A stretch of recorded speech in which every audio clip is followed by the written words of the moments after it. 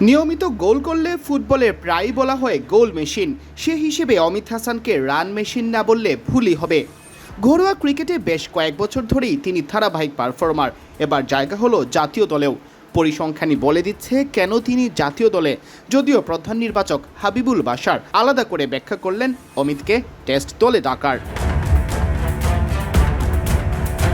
এদিকে তানজিদ হাসান তামিমের স্বপ্নের টেস্ট অভিষেকটা সম্ভবত হতে যাচ্ছে তামিম ইকবালের বোর্ডের অধীনেই। সীমিত ওভারের ক্রিকেটে দুর্দান্ত পারফরমেন্সের পরও এতদিন ধরে টেস্ট দলে ব্রাত্য তিনি। তবে বাশার নির্বাচক হয়ে টেস্ট দলের প্রথম অ্যাসাইনমেন্টেই ডাক দিলেন তামিমকে।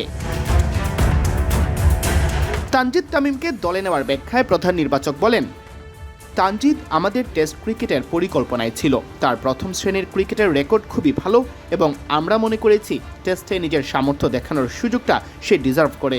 তার টেকনিক মজবুত এবং সহজাত সামর্থ্যও বেশ সমৃদ্ধ। আমরা আত্মবিশ্বাসী, সুযোগ পেলে সে লম্বা ফরম্যাটেও ভালো পারফর্ম করতে পারবে।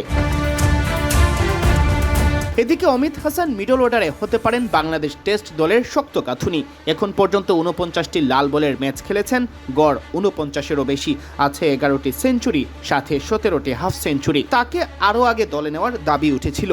নির্বাচকরা অবশ্য একটু রয়ে সয়েই ধীরে সুস্থে তাকে আনলেন ন্যাশনাল সার্কিটে।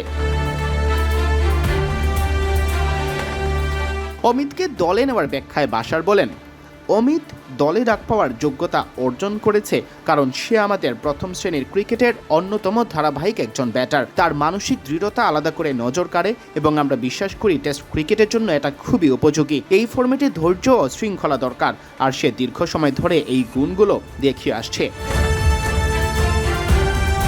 বাশার আরও জানান, দুজন খেলোয়াড়ের সামনেই অনেক সময় আছে এবং তারা দীর্ঘ সময় ধরে বাংলাদেশ দলকে সার্ভ করতে পারবে।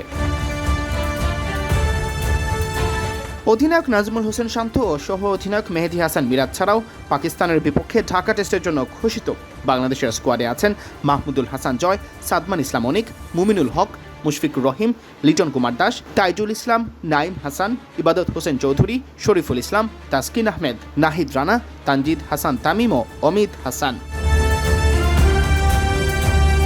সিয়াম চৌধুরী, বিডি ক্রিক টাইম।